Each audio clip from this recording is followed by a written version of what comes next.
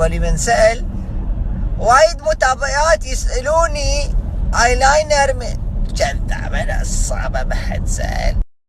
شنو انا يطلع مفسخة؟ شنو انا ما وراي ريال؟ ما وراي زلمة؟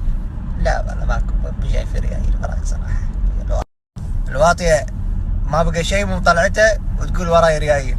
لو مقطوعة مشيرة وهدد ايش سويتي؟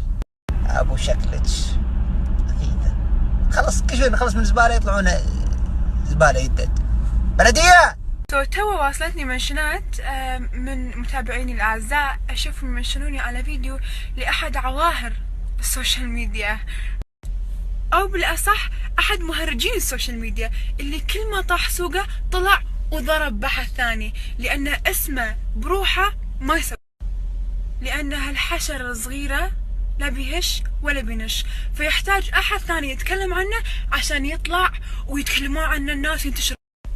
اول شيء تعلم من زملائك في السوشيال ميديا اللي ما يحتاجون غيرهم، اللي طلعوا وبرزوا وبنوا اسمهم بنفسهم. كل واحد اللي شاربه على ريال مو شاربه على ديوث.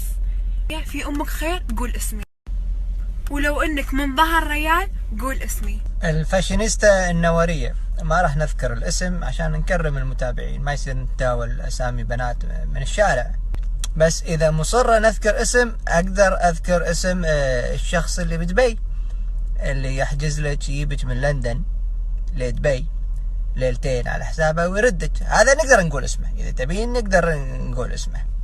والريايل اللي وراك يدرون عن رحلات دبي القصيرة هذه بيومين بنص الكورس ولا ما يدرون؟